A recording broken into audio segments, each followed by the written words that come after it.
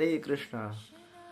তো শান্তি লাভের নীতি শ্রীমদ্ ভগবদ গীতার পঞ্চম অধ্যায়ের 29 নম্বর শ্লোকে তো ভগবান কৃষ্ণ বলছেন যে ভক্তরাম যজ্ঞ তপস্যাম স্বর্গলোক মহেশ্বরম সুহৃদম সর্বভূতানাম জ্ঞাতামাম শান্তি মৃচ্ছন্তি।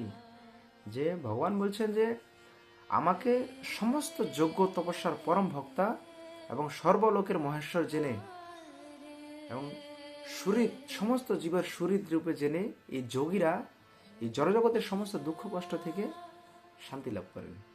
তো প্রভুপাদ এখানে কোটেশন করেছেন যে ভগবান হচ্ছেন সর্বগ্রহের এবং দেবতাদের অধীশ্বর।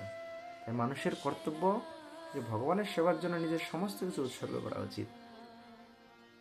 এখানে গীতাতে কোনো কিছু ছাড়তে বলা হচ্ছে না। আমরা যে যে কর্মের মধ্যে রয়েছি সেটাকে শুধু ভগবানের সাথে কানেক্ট করে দিতে হবে।